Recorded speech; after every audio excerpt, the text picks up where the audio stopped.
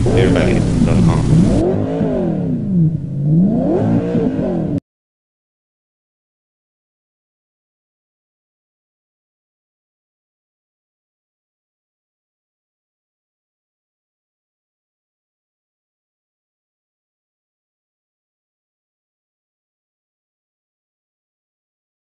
Installation of AirBagit's air struts is easy and can be accomplished by a qualified technician in just a couple of hours.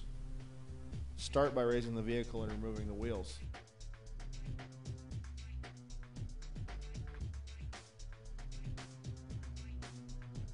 Remove the brake line clips, sway bar links, ABS sensors, and anything else that's attached to the strut. Remove the bolts that attach the lower strut mount to the spindle. Raise the hood and remove the 3 nuts that attach the strut to the strut tower, and remove the strut from the car.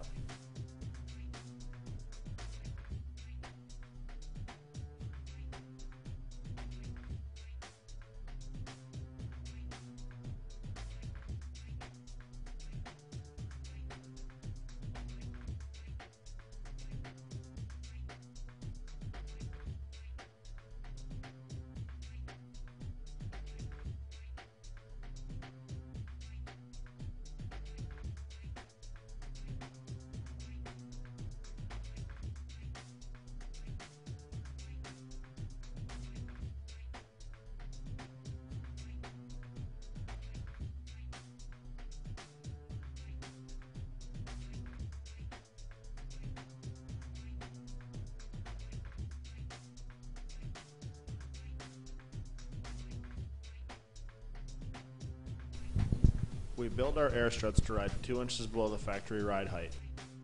If you intend for ride height to be at factory height or higher, then you must specify that when ordering. You can specify an even lower height than 2 inches, but you must give us custom measurements using our strut measurement form. Wheel size and width also have an effect on strut fitment, so if you have large wheels and tires, let us know and we will build the strut to your needs. In most cases, you will reuse the upper strut mount. Inspect the strut mount for wear and make sure that the thrust bearing spins freely. Now is a good time to replace them if they are worn.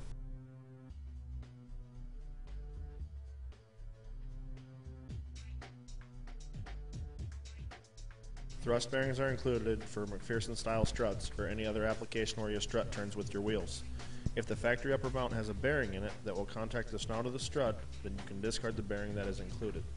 Some OE applications will have a thrust bearing that rides on the outer spring contact surface of the upper mount and will not sit against the snout of the strut. For these applications, use the thrust bearing and washer that is included with the air strut kit. We do not sell a universal strut kit. Our struts are built exactly to original equipment specifications. Even the smallest details, such as the upper mounting stem, is exactly like the factory strut.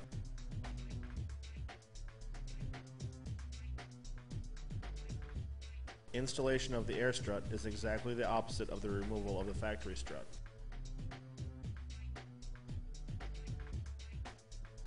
Install the upper mount first,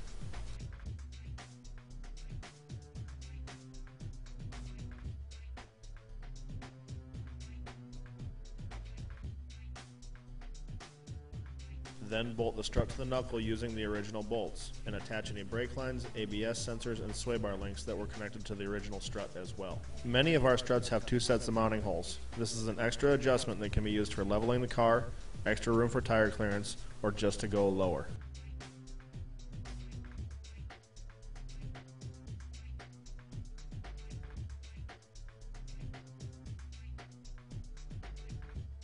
Install the air fitting and connect the air line. Take care to make sure the air line is routed away from exhaust, sharp corners, and moving parts. After installation, put the wheels back on the car. You will see that the lower mount of the strut is just above the top of the tire. If you have custom wheels and tires or want a ride height other than 2 inches below stock, we may ask you to fill out the following form. Use this measurement to let us know how much space is available for a bag. The larger the bag, the smoother the ride. Measurement number 2 will tell us how tall your strut is. Measurement number 3 is the most critical measurement if you have large wheels and tires. We can build custom struts that are as close as ½ an inch to the tire for maximum drop. Inflate the airbag and check for clearance issues. Turn the wheels from lock to lock and check to make sure that the strut does not contact any suspension components or body parts. Air struts have a total of 6 inches of travel. The airbag needs to be between 4 inches and 6 inches tall during normal driving. If you drive with the airbag shorter or taller than this, you will experience a rough ride and strut damage will occur.